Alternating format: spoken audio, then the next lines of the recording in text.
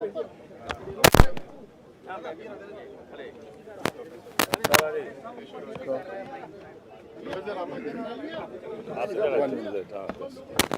come in the front here.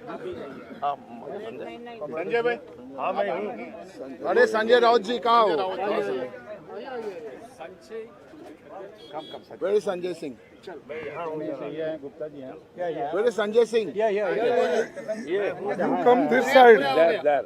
You come this side. This side visible. A little please. उनके बाजू में ठहरो. Okay, brother.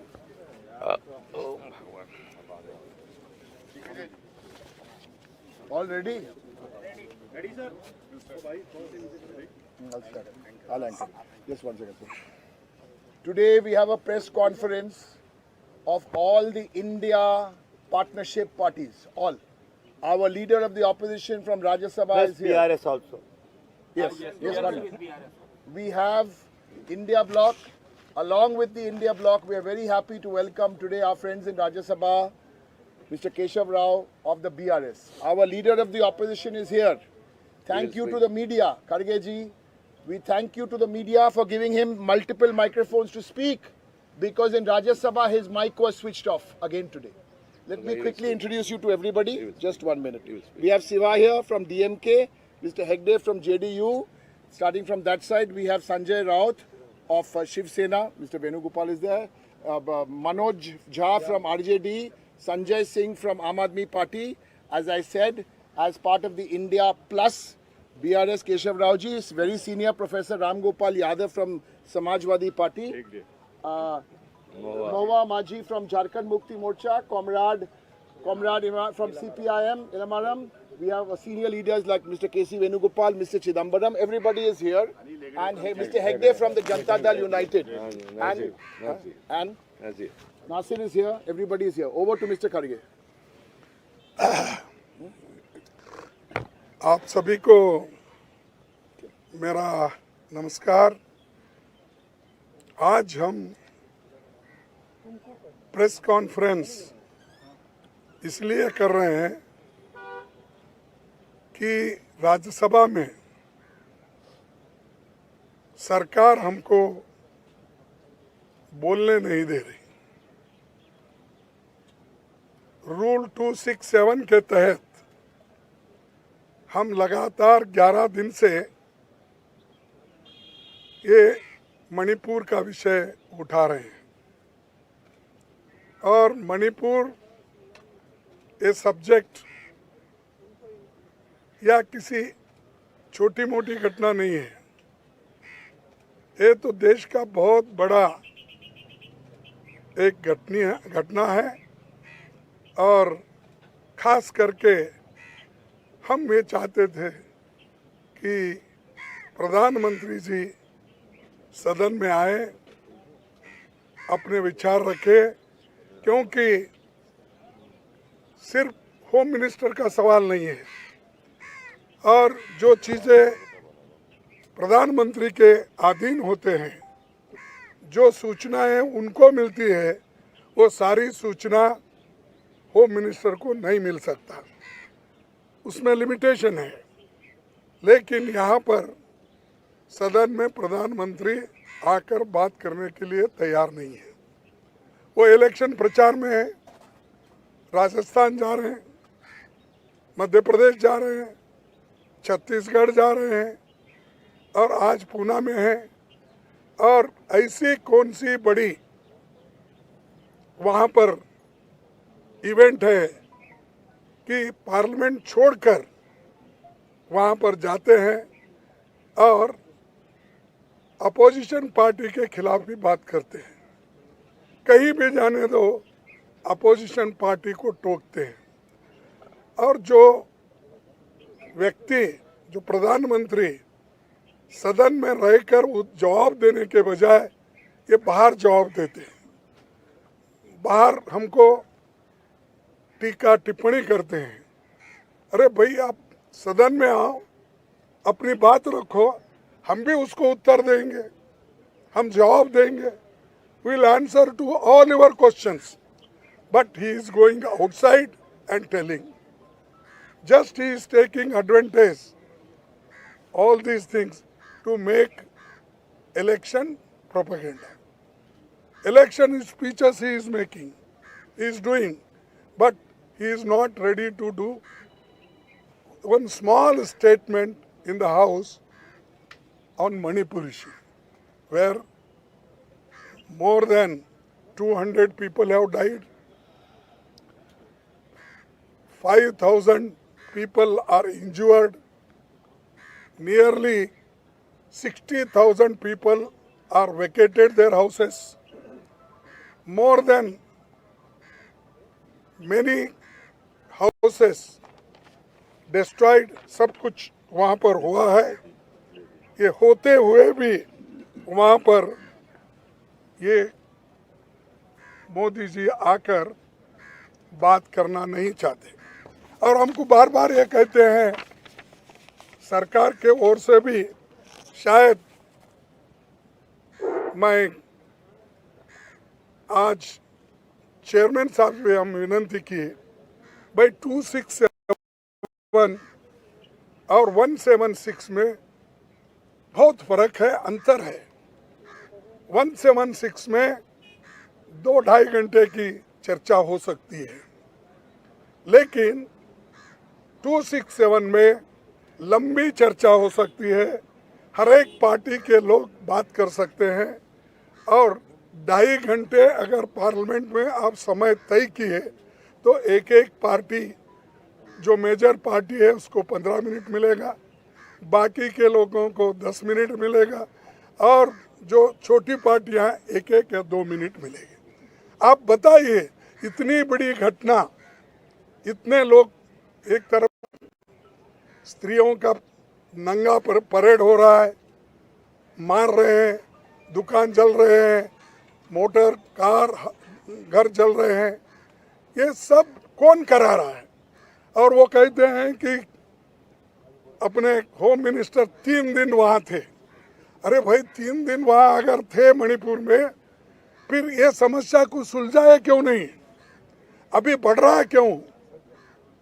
ये हमारा उनको पूछना है और उसका उत्तर क्या मिलता हमको वो भी देखना है। तो इसलिए दोस्तों हमेशा मीडिया में ये कन्फ्यूजन कर रहे हैं कि वो तो चर्चा के लिए तैयार है लेकिन अपोजिशन पार्टी तैयार नहीं है। अरे अपोजिशन पार्टी तो तैयार है, इसलिए 11 दिन से हम सतत कोशिश कर रहे हैं। पहली बार 65 लोग एमपीस 267 पे नोटिस दिए, इससे बढ़ के क्या होना है? इतिहास में इतना बड़े संख्या में जो नोटिस दिए हैं मैं समझता हूँ ये पहली बार है। In spite of that they are not worried, क्योंकि उनके पास मेजॉरिटी है, बुलडोजर लगा रहे हैं और हमेशा यही बात करते हैं कि देश आगे बढ़ रहा है, लेकिन इसको पीछे ढकलने वाले वही लोग हैं। तो इसीलिए आज हम जो चीज़ें वहाँ पर रखना चाहते थे तो चंद चीज़ें रख नहीं पाए और वो हमेशा ये कहते 267 कभी भी चर्चा में नहीं आया। सदन में वो चेयरमैन साहब को भी वही बताया गया उन्होंने, लेकिन हमारे पास आंकड़े हैं। 267 में 7 बार 7 ओकेजन्स उन्होंने इस सदन में क्वेश्चन आवर बाकी के सभी बिजनेस स्टॉप करके 7 बार समय दिया गया है। उसी तरह क्वेश्चन आवर स्टॉप करके 10 ओकेजन पे उन्होंने इस पे चर्चा, ऐसे विषय पे 267 पे चर्चा करने के लिए समय दिया गया है। और हमारी गवर्नमेंट जब थी उस वक्त के भी बहुत है, ये तो आने के बाद डेमोक्रेसी में इनका कम विश्वास है और बात करने में इनका ज़्यादा विश्वास है। देखिए मनमोहन सिंह जी जब थे तब इन लोगों ने एक यही शायद नॉर्थ ईस्ट रीजन का एक समय आया था, उसमें उन्होंने खासकर वेंकैया नायडू ने एक क्वेश्चन पूछा था उस वक्त अगस्त 17, 2012 को। क्या है question hour? Question hour was suspended by the chairman to take up the discussion on the topic of attacks on migrants from the northeastern region in different parts of the country. In the light of the request made by the members, Venkaiah Naidu एक उठाए थे सवाल, तो सभी question suspend करो, business suspend करो, इसको importance देकर आप चर्चा शुरू करो। तब डॉक्टर मनमोहन सिंह जी उस चर्चा में पार्टिसिपेट किए और उन्होंने उत्तर दिया। ऐसे कई उदाहरण मेरे पास है, समय नहीं है और आपको भी उतना समय नहीं है जिसको ग्राह्य कर। इतने हमने जो प्रेसिडेंट हैं या पीछे के जो नेताओं ने कहा है, वाजपेयी जी भी कहे हैं, और वाजपेयी खुद ही ये कहते थे कि क्वेश्चन और सस्पेंड करके इसको चांस देना चाहिए बोलने के लिए। और जब नेता लोग, बड़े बड़े नेता लोग, उनके नेता लोग भी इसी सवाल पे कई बार मुद्दे उठाकर तो प्रश्न, क्वेश्चन आवर और बाकी चीज़ें सस्पेंड करके लिए हैं, तो ये आज यहाँ पर हमको धमकाया जा रहा है और हमको कहा जा रहा है कि अगर आप बार बार ऐसे उठे तो आपको बड़ी शिक्षा मिलेंगी। ये कौन कर रहे हैं? चेयरमैन के मुंह से सरकार करवा रही है। सरकार अगर ये बातें नहीं करती तो नहीं होता था। और दूसरी चीज, एक हमारे सीनियर ये राज्यसभा मेंबर श्रीमती रजनी ताई पाटिल, उसको सस्पेंड किया गया एक सेशन के लिए। अब ये दूसरा सेशन चल रहा है, फिर भी उसका रिवोक नहीं हो रहा। क्या डेमोक्रेसी है? ये तो डिक्टेटरशिप है। मैं तो ये कहूँगा कोई कुछ भी बोलने दो, ये तो हिटलर शाही है। तो इसीलिए मुझे बड़ा दुख होता है। मुझे भी थोड़ा अनुभव है, हमेशा मैं पार्लियामेंट में सुबह से शाम तक बैठने की मुझे आदत है, सुनने की आदत है, लेकिन इसको भी कभी हम नहीं भूलना चाहिए कि हम बैठते इसलिए कि विचार दूसरों के सुनने के लिए, लेकिन वहाँ पर कोई भी बात सुनने के लिए भी तैयार नहीं है। और जब हम बात करने के लिए उठते हैं, वो अपोजिशन पार्टी की बात को वो अपोज करते हैं और रूलिंग पार्टी वाले उठ के चिल्लाते हैं, नो मैं, और मेरा माइक बंद करते हैं। बोलने के लिए इजाज़त तो एक बार कहते हैं, 10 सेकंड में मेरा माइक बंद होता, कैसा होता? उससे हमसे क्या नुकसान है? मैं तो समझूंगा ये मेरा अपोजिशन पार्टी लीडर को वो एक अलग नज़र से देखते हैं। ये तो अपमान है मेरा, और अपोजिशन पार्टी के नेता को आप अपमान एक तरफ करते हो, दूसरी तरफ आप सदन में बैठ के बोलते हो कि राज्यसभा के नेता और अपोजिशन पार्टी के नेता ये सभी मेरे को बराबर है।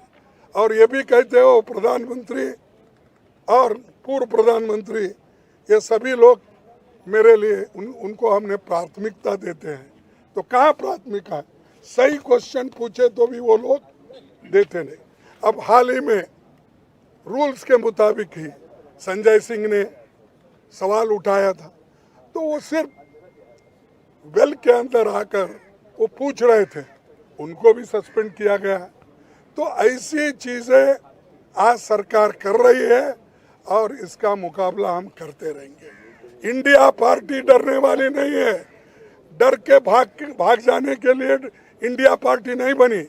मुकाबला इनका करेंगे, इनको हराएंगे 2024 में, और जो कुछ भी हमारे ऊपर वो अन्याय कर रहे हैं करने दो। हम तो लोक हित में काम करने वाले लोग हैं, लोकतंत्र के लिए और संविधान के बचाव के लिए जो कुछ भी हमको कुर्बानी देना पड़ेगा हम देंगे। नमस्कार। Thank you. और कोई बोलेंगे? बोले Manoj, Sanjay, One moment. Done. Sir एक सवाल ये है कि सदन में आप लोग की सुनी नहीं जा रही है, आपको बोलने नहीं दिया जा रहा है। आपकी एक टीम, इंडिया की एक टीम मणिपुर का दौरा करके लौट चुकी है, तो राष्ट्रपति से समय मांगा, कुछ अभी तक मिला है वहाँ से? अभी वहाँ नहीं आया, जब समय मिलेगा उसी उद्देश्य से पूछे, क्योंकि 21 लोग डेलीगेशन के रूप में वहाँ गए हैं, हमारे हर पार्टी के नेता, हमारे इंडिया पार्टी के नेता, तो वो हम जाके उनको अवगत कराएंगे, सारी चीज़ें बताएंगे, लेकिन समय मिलने के बाद ही वो हो सकता है। Thank you so much. Thank you. Supreme Court today on Manipur issue. So let's go on, sir. I've summoned the DGP to present in the Supreme Court on May 4 or August 11th. और ये भी कहा है कि कई सारे जो leaders जो वहाँ पर इतने दिन तो FIR नहीं दर्ज कर पाई बाकी लोकल। वो हमारी जो बात हमने कही है, सर्वोच्च न्यायालय में जो ऑब्जर्वेशन आए हैं, सर्वोच्च न्यायालय के ऑब्जर्वेशन कल के और आज के इस बात की तस्दीक करते हैं कि विपक्ष, इंडिया टीम, BRS जैसे जितने दल हैं, उन्होंने जो कहा 267 के तहत वो सच था। वही बात हमारे LOP ने आपके समक्ष कहा। सर्वोच्च न्यायालय जिंदाबाद।